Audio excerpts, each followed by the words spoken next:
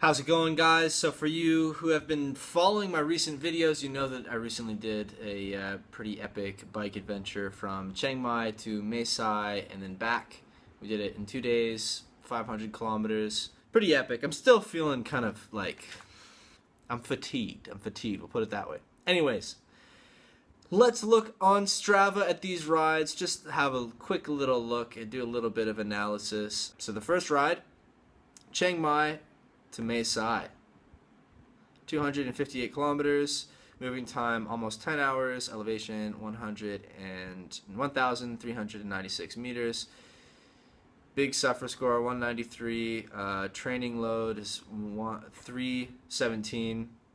Now the suffer score is based on your heart rate. I'm not going to go into all this stuff because if you don't know what this stuff is, then that's probably another video, but extreme suffer score is based on your heart rate and training loads based on your power from your power meter. So the average power was 154 for the whole ride there.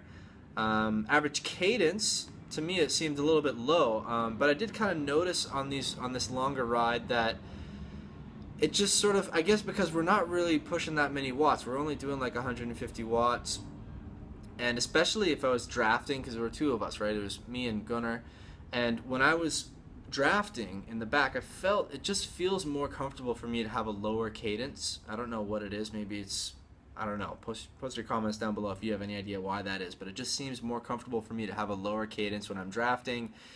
But then when I'm on the front and I'm doing a little bit, higher wattage, it seems more natural to have a higher cadence. So actually what we can do is let's have a look at the second ride on the way back. By the way, here's the map. I'll post the Strava links down below so you can have a look at the maps and do your own sort of checking out what we did. But basically, here's Chiang Mai. Well, let's scroll out a bit so you can get some context here. So here's like Southeast Asia. So you got Bangkok here, up in Chiang Mai. Chiang Mai to Mae Sai was the first day, and then the second day we went back. But anyways, what I was talking about, average speed, 25.9 kilometers an hour on the way out there. Looking at the way back, the average speed was higher. It was 29 kilometers an hour.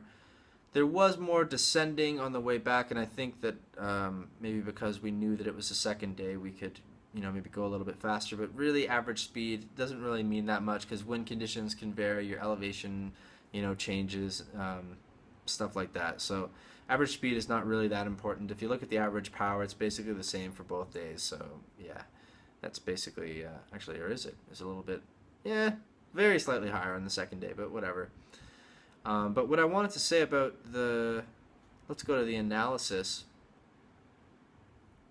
So here on the second day, what we were doing is we were basically taking turns on the front. Every 10 kilometers we would switch. And you can kind of see there that there's a pattern in the cadence, kind of, the cadence is sort of low, and that would have been when I was drafting, and then it goes up higher, and that would be when I was on the front, and the power goes up as well. You can see it, there's the cadence and the power going up, and then the cadence goes down, the power goes down as well. Again, so you can see when the power goes up, the cadence goes up as well, and that seems to be pretty consistent all the way through the ride. So I just thought that was kind of interesting, and for me it just feels more comfortable to have that lower cadence if I'm just drafting and going a little bit easier. It feels sort of unnecessary to be pushing like a higher cadence if I'm not really working that hard. So that was one thing that sort of really stuck out to me on this ride, and I was thinking about that a lot. So if you guys have any thoughts on that, post down below. I'm interested to hear what you guys think. Bredsky was asking if there was any numbness throughout the ride. I didn't experience any numbness. I definitely, when I'm doing longer rides, I try to get out of the saddle regularly. Every few minutes, basically every time I think about it, get out of the saddle and try to keep myself down if I'm in the front or if I'm on the climbs. It doesn't really matter, but just getting your butt off that saddle every few minutes is really, really important.